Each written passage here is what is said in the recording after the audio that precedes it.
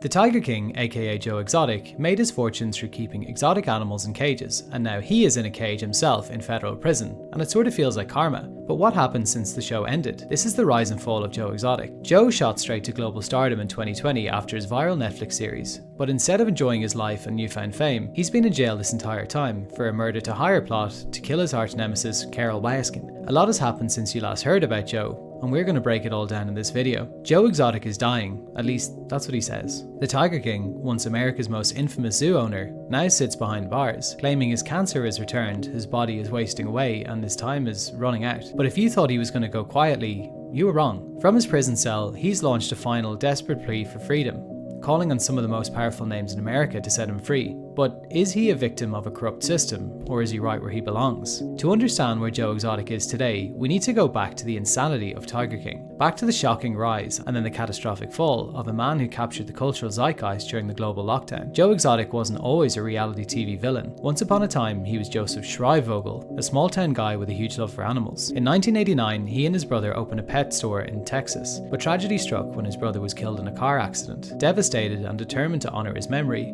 Joseph took the settlement money to build something bigger, way bigger. That's how the Gerald Wayne Exotic Animal Memorial Park was born, better known as the GW Zoo. But this wasn't just a zoo, this was Joe's world, a place where he ruled as king, surrounded by lions, tigers, and ligers, hybrids of both, and an army of devoted workers who worshipped him, despite all of his shortcomings and absolutely crazy behaviour. And Joe Exotic, well, he was unlike anything else the world had ever seen. He was a gun-toting, mullet-wearing, openly gay, country-singing zookeeper with a flair for the outrageous. He filmed bizarre online talk shows, he performed country music about tigers, and he even ran for president. Yeah, he ran for president. But behind the flashy persona was something much darker. Joe's fame was built on breeding and selling tiger cubs, something that made him rich, but also put a massive target on his back, because there was one person who would stop at nothing else to take him down. If Joe Exotic was the Tiger King, Carol Baskin wanted to be the Tiger Queen. Carol ran Big Cat Rescue, a sanctuary in Florida dedicated to shutting down roadside zoos and stopping the breeding of big cats. To her,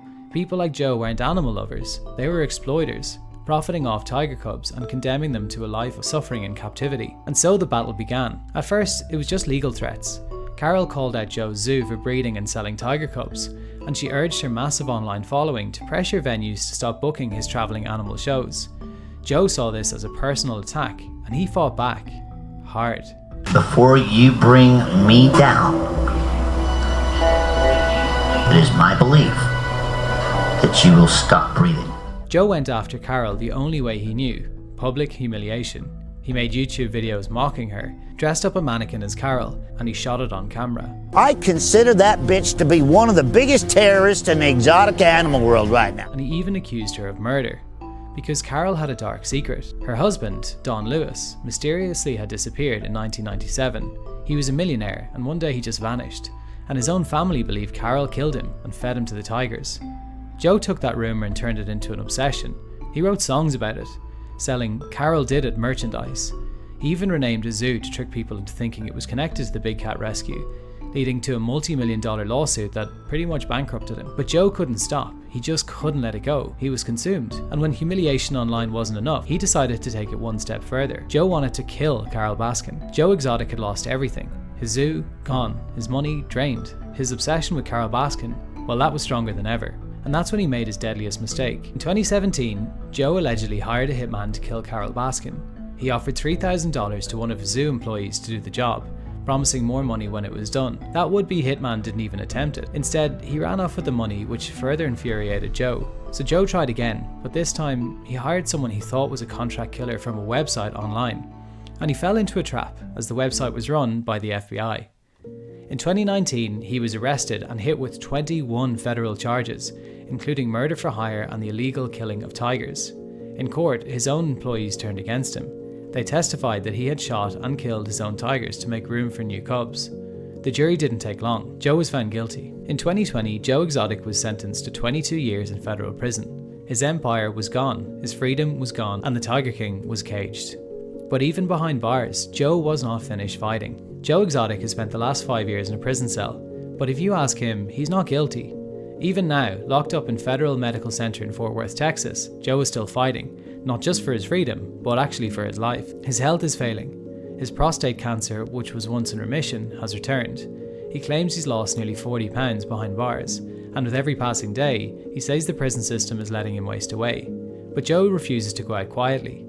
He's turned to one final hope, a presidential pardon. Joe Exotic bet everything on one last chance at freedom.